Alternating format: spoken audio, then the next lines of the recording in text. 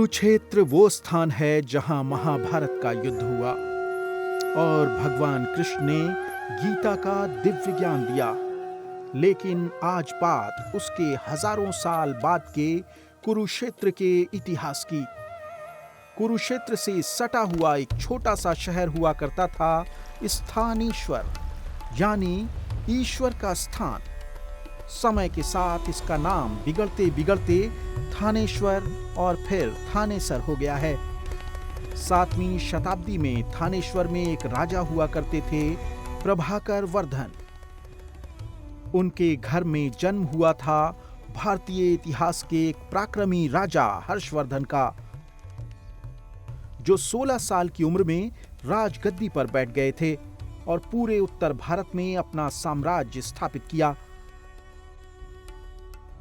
तब का थानेश्वर शहर एक टीले पर बसा हुआ है, जिसे आज हर्ष का टीला कहते हैं।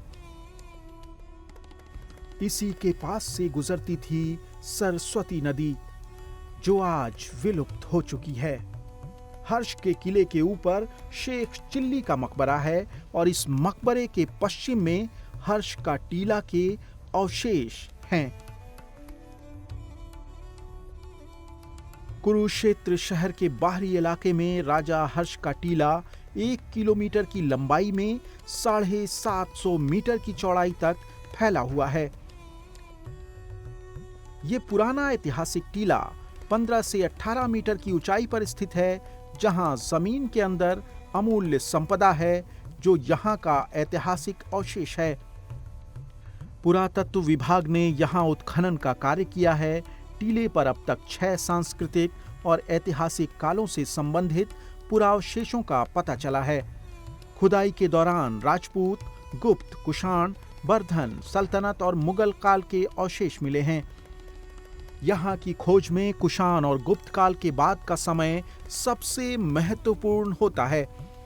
कुषाण अवधि के दौरान पाए जाने वाले सामानों में पेंटेड ग्रेवियर भी शामिल है, जो गुप्त काल के साथ जुड़ा हुआ है, जिसमें पॉलिश्ड रेड बेयर भी शामिल है। इस टीले से 2 काल की ईंटें खोज के दौरान मिली हैं। इन अवशेषों से पुरातत्ववेत्ताओं को ग्रे और रेड पॉलिश किए हुए गुप्त वंश और कुषाण वंश के बहुत ही कीमती बर्तन प्राप्त हुए हैं।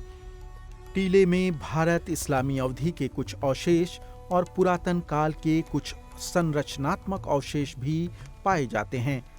इसमें बनी सीढ़ियां शायद बाद में बनाई गई हैं, लेकिन इसमें जो कोठरी बनी हुई है वो चौड़ी और ऊपर से अर्धगोलाकार हैं। राजा हर्षवर्धन ने अपना राज्य उत्तर भारत से लेकर वर्तमान असम के कामरूप तक फैला दिया था और शासन की सुलभता के लिए अपनी राजधानी को थानेश्वर से हटाकर उत्तर प्रदेश के कन्नौज में स्थापित किया था। धीरे धीरे थानेसर का वैभव कम होता गया और बार बार होने वाले विदेशी आक्रमणों ने इसे कमजोर बना दिया।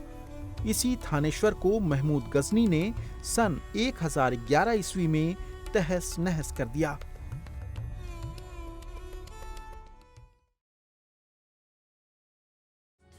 आपको हमारा वीडियो कैसा लगा?